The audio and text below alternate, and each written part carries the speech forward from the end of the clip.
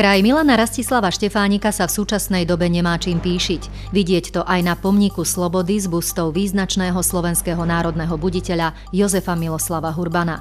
Je smutné, že o pomník, kde sú mená Brezovanov padlých v roku 1848 a v Prvej svetovej vojne, ako by sa nikto nestaral, povedal na stretnutí s občanmi mesta Jozef Behýl, občiansky kandidát na post prezidenta Slovenskej republiky.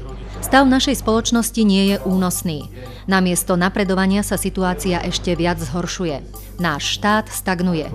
Ľudia vidia nádej na zmenu v blížiacich sa prezidentských voľbách. Počas osobných rozhovorov s Jozefom Behýlom dali najavo, že si už neželajú žiadnych politických kandidátov, ktorí iba sľubujú a v politike sa držia ako kliešť svojej obete.